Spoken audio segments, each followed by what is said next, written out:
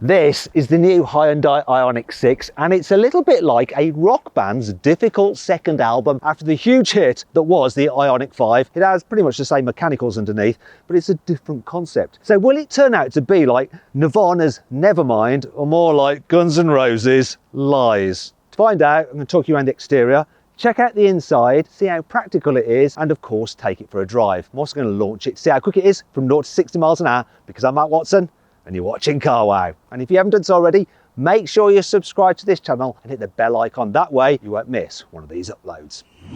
Buy, sell, Car Wow.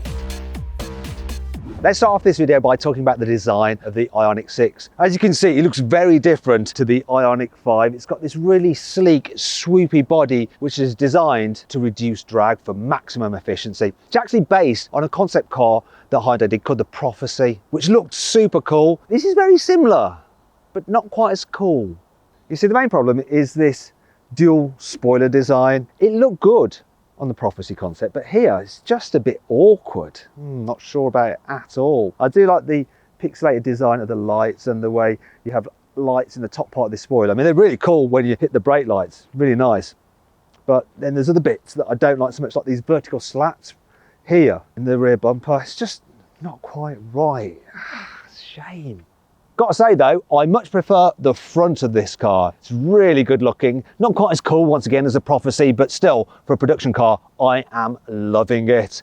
Also, Hyundai redesigned the badge slightly. I think it looks a bit cooler than before. And I like the fact that when the car doesn't need the battery or the motor's cooling, these vents stay shut, so it's a real nice smooth design, which also, of course, reduces drag for maximum efficiency. The idea being that this car is more efficient than the Ioniq 5 because of that swoopy shape, so it can go further on a charge, like for like. In terms of pricing, it's very similar to the Ioniq 5. Starts at just under £47,000. Now, if you want to see how much money you can save on your next car, click on the pop-out banner up there, or follow the link in the description below to go to Car Wow. And you can change your car through Car Wow as well. So as well as buying your next car through us, you can sell your current car. You just upload some photos, give a brief description, then our dealers will bid on your car. Just pick the highest offer, and then the dealer will come to your house, take the car away, and then put the money straight into your account. It couldn't be easier. If you want to do that at a later date, just simply Google "Help Me Car Wow" and we will help you change your car hassle-free. Here on the inside, the Ioniq 6's interior is quite similar to the Ioniq 5's, unlike the outside, of course, but there are some differences. For instance, this part of the dash here with these bits that stick up is different. Now, if you have the digital door mirrors, then you have screens there which show the image that are projecting from the cameras. Now, a bit more on that later on. In terms of the quality, squidgy materials up there, a bit harder down here.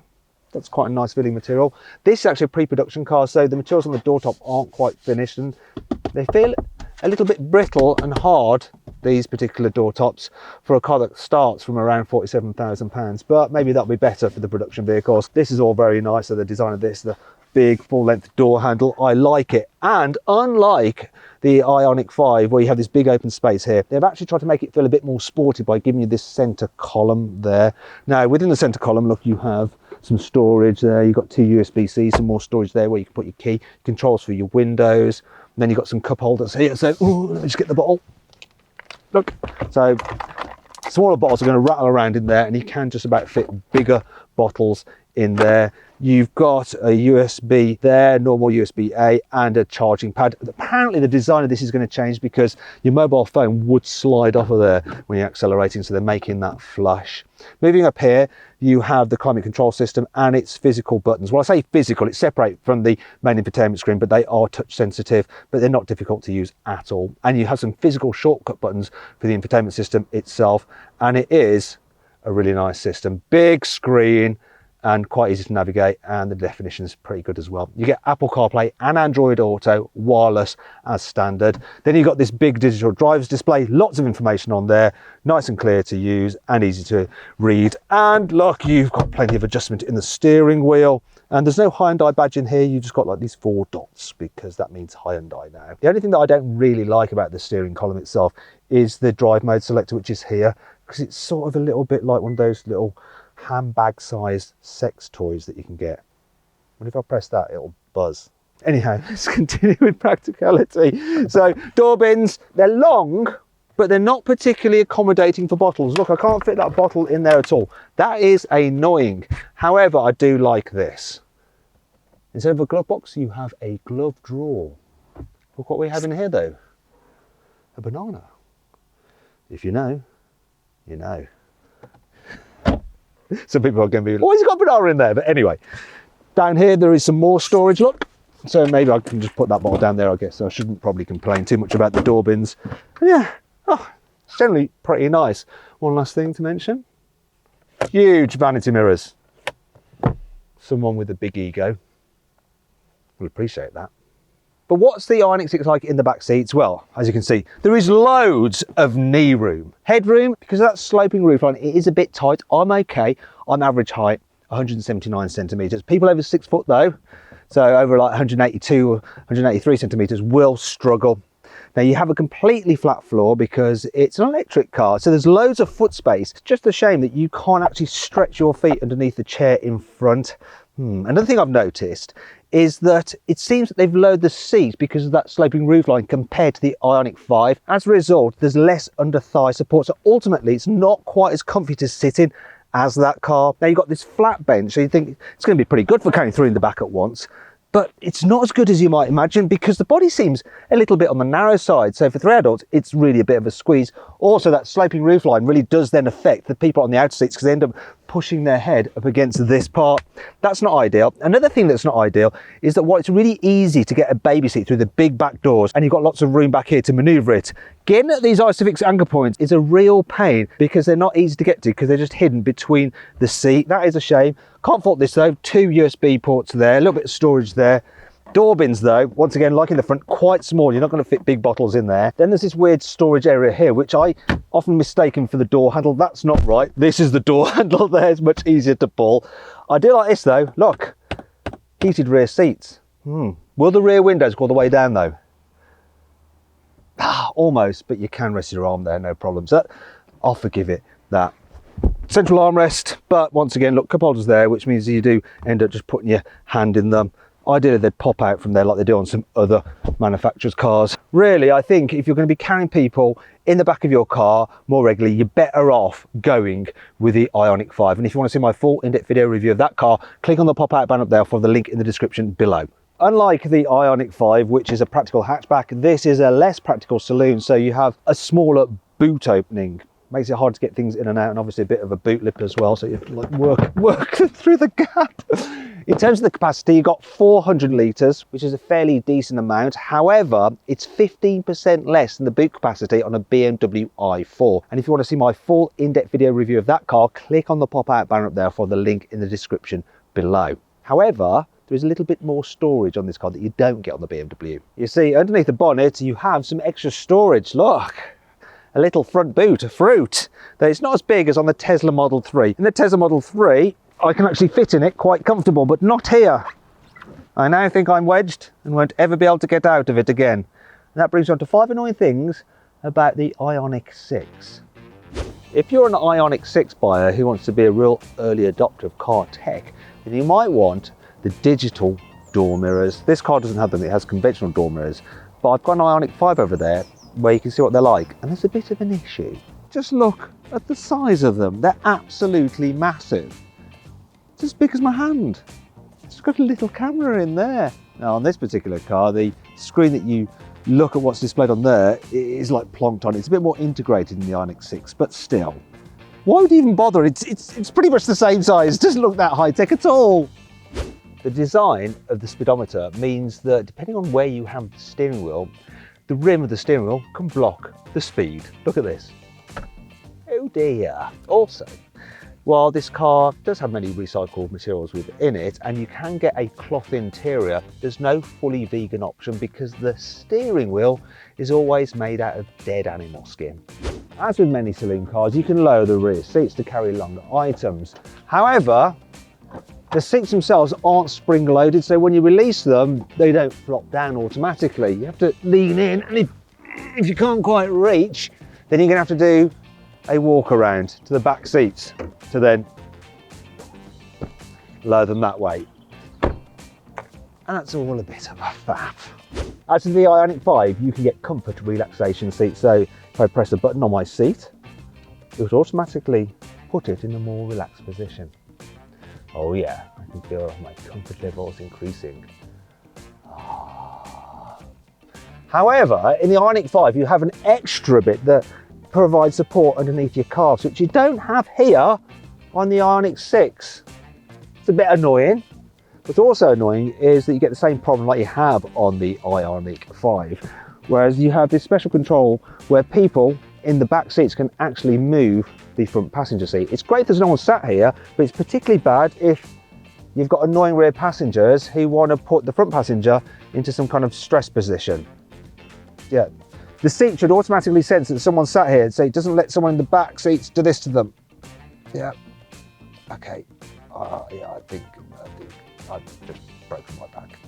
Unlike with some other manufacturers' cars, the reversing camera doesn't have a wash system, so when it gets covered in road grime, you have to get out of the car and wipe it with your finger so you can see where you're reversing. And that brings us to another annoying thing about the car. If you look there, you can see that the image of the Ioniq 6 is in white, regardless of the colour of the exterior of the car. Now, other manufacturers managed to match the image on their screens of their cars to the actual exterior colour. Why hasn't Hyundai done it? However, that does bring me on to 5 good things about the Ioniq 6. You see, the actual surround view system on this car is very good with high definition, and you can look all the way around the car like that with a little computer image of your very car. Love that a lot. I also like the fact that when you open a door, you don't lose part of the image like you do on some other manufacturer's car. Yes, you do see a wheel and things like that, but it's still better than it blanking out the image. And get this, I love this feature on the Ioniq 6, which you also have on the Ioniq 5. When you indicate, you actually get an image feed from your blind spot. Look at that, it's brilliant.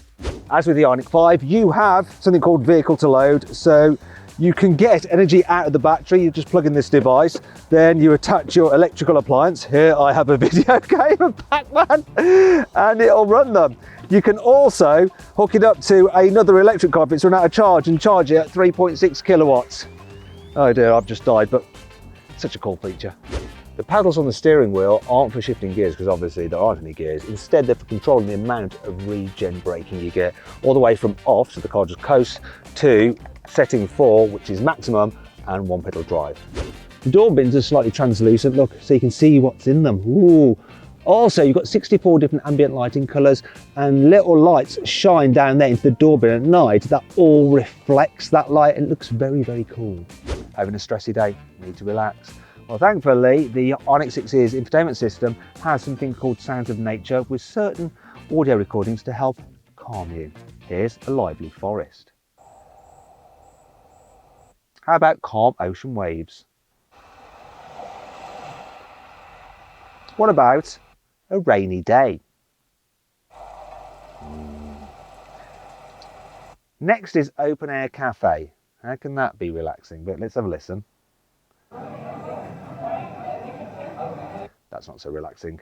Warm fireplace though, this should be a winner. Yeah. Last one is a snowy village. What does a snowy village sound like?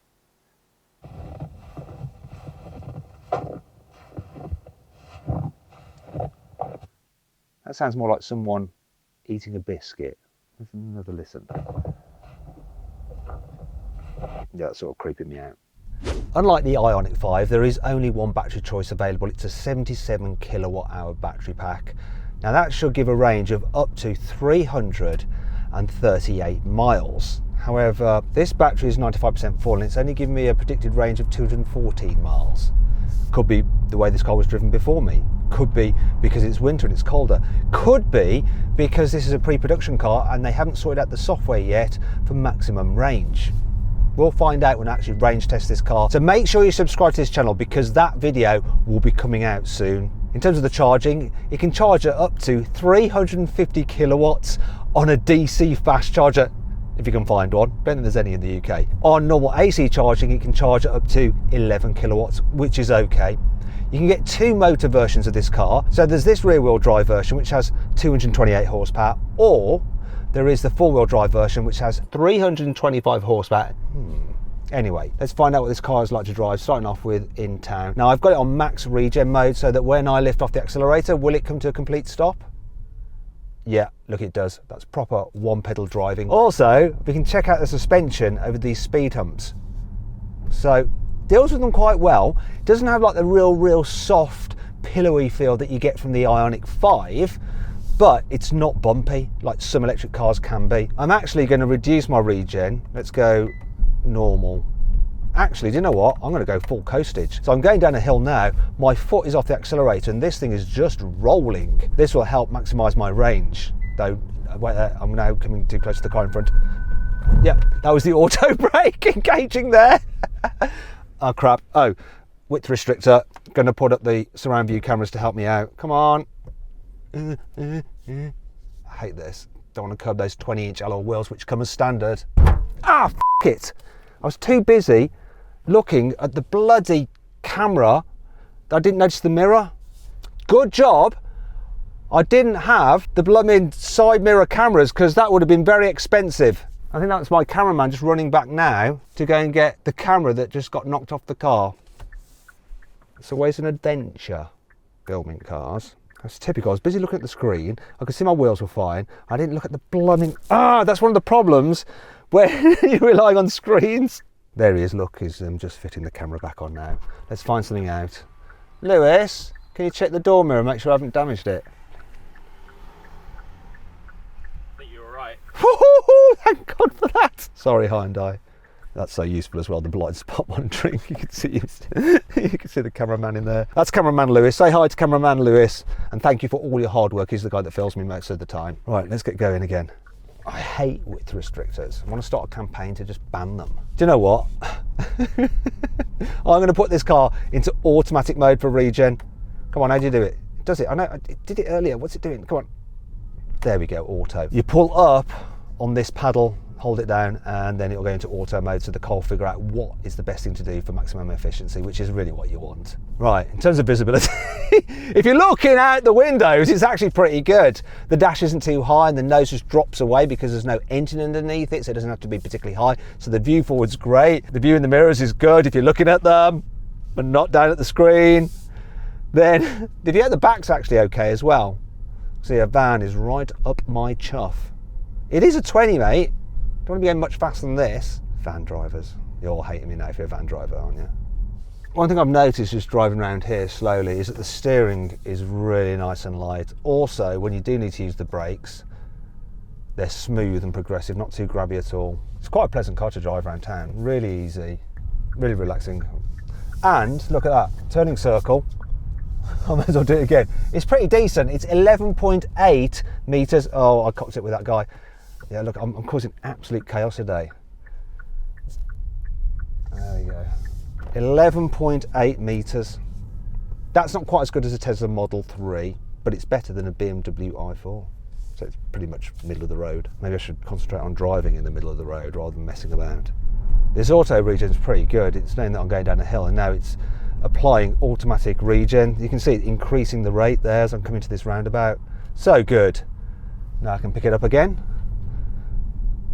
to cruise across. All of this helping improve the efficiency. Hyundai says the range on the Ioniq 6 is just over 20 miles more than on the equivalent Ioniq 5, all down to its more slippery shape.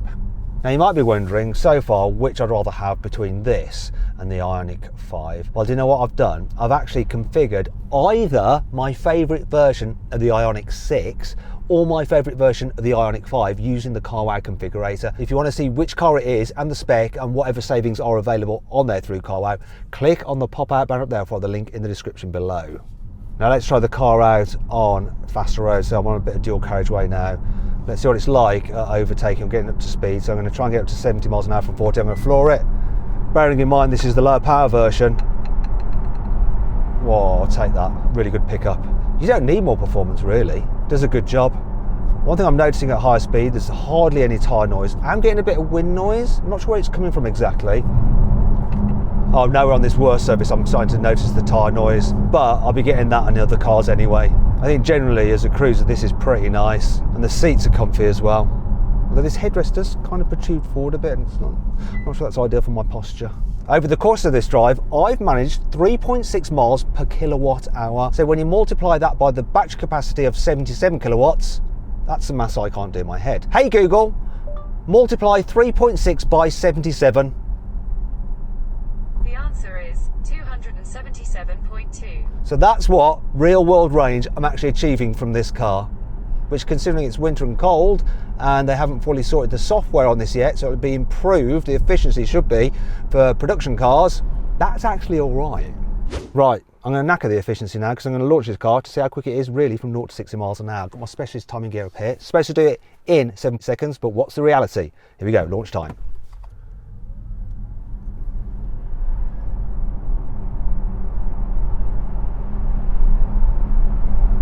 What do you know? 7.8 seconds exactly.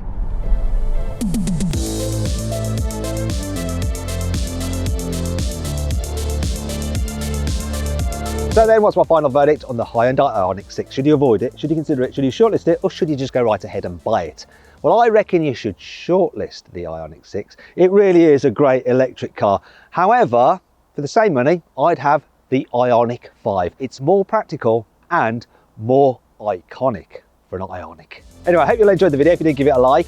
Let me know if you agree with my verdict in the comments below. Click on those windows there for some more videos, and on that box there to go to CarWow to change your car the easy way. Thanks for watching.